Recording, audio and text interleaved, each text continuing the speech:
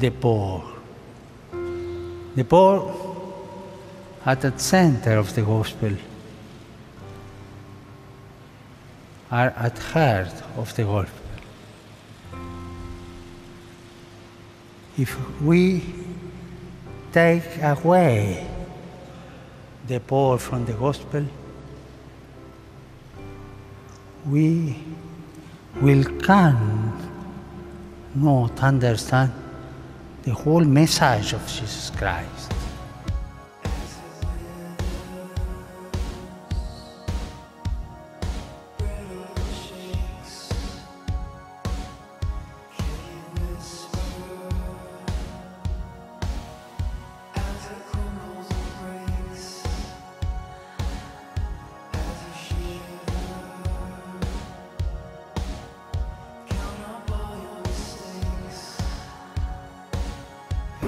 Sa litratong ito makikitang nakapila lang si Shasha sa tabi ng barikada ng Apostolic Nunciature.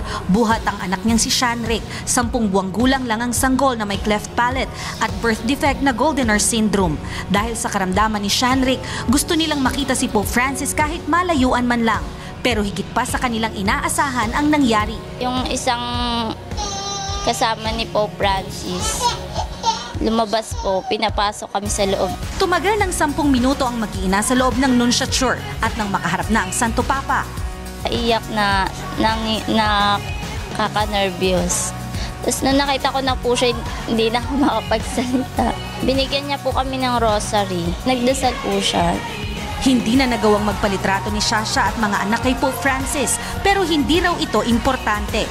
Okay lang po kahit walang souvenir na litrato. Basta ang importante po nakita namin siya ng personal at nahawakan niya kami.